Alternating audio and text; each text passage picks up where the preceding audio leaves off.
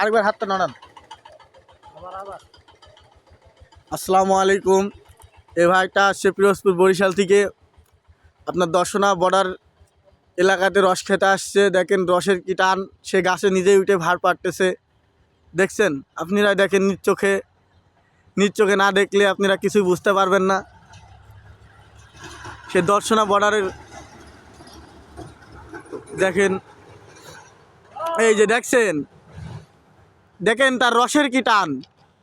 আরে বাবা, রস না খেলে মনে হচ্ছে যে দিনই তার কাটবে না। হ্যাঁ, সে কি অবস্থা তার দেখছেন। এই যে দেখেন রস পেড়ে নিয়ে আবার সে নিজেই চলে আসবে।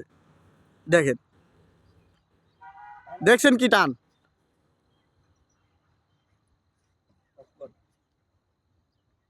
দেখেন সে কিন্তু আসছে আপনার পিরোজপুর বরিশাল থেকে, সে 250 ফিট দূর থেকে। আসসালামু আলাইকুম।